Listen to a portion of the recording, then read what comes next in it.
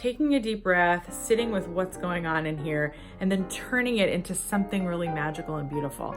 I've done this so many times in my life that I've actually gotten really good at it. I would even call myself a master of it. Some people have been creating things that become a side hustle for them or another career. To be able to sit in a loving environment that's very supportive, find new activities to do with what's going on, and then actually create something massively magical and amazing, and realize that you are a teacher. You have wisdom to share that no one else in the world can, and it's going to come through something you really enjoy doing.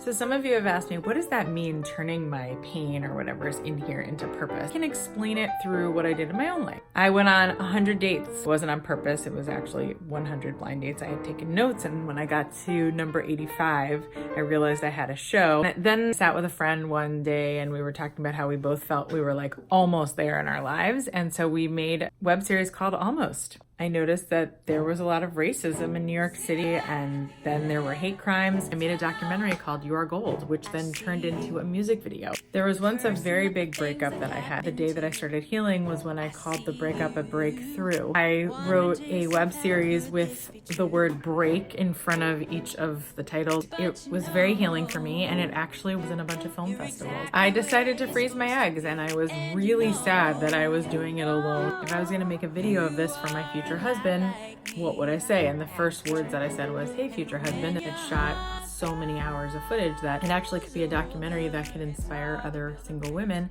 to freeze their eggs. I was really sad about 9/11 one year, and someone called me out of the blue and said, maybe we should lift the spirit of the day. And so I said, why don't we have a concert? And so we had a women's concert, and ever since then, I've always tried to do something on 9/11 that actually brings peace and love and unity into the world. I noticed that there's been a lot of divisiveness, a lot of division and identity politics. This summer I was thinking if I was going to make a podcast, it would be about unifying people, called See One Beautiful Soul. And then I needed a theme song for it. And so I was thinking, what would the theme song sound like? And I was playing around with some melodies. I decided to make a music video from it, and I asked a bunch of friends if they would contribute, and they did. During the beginning of the pandemic, like everyone else, I was really nervous about what was going on. I was having severe anxiety attacks. I said, okay, God, you take this from me. What can I turn this into?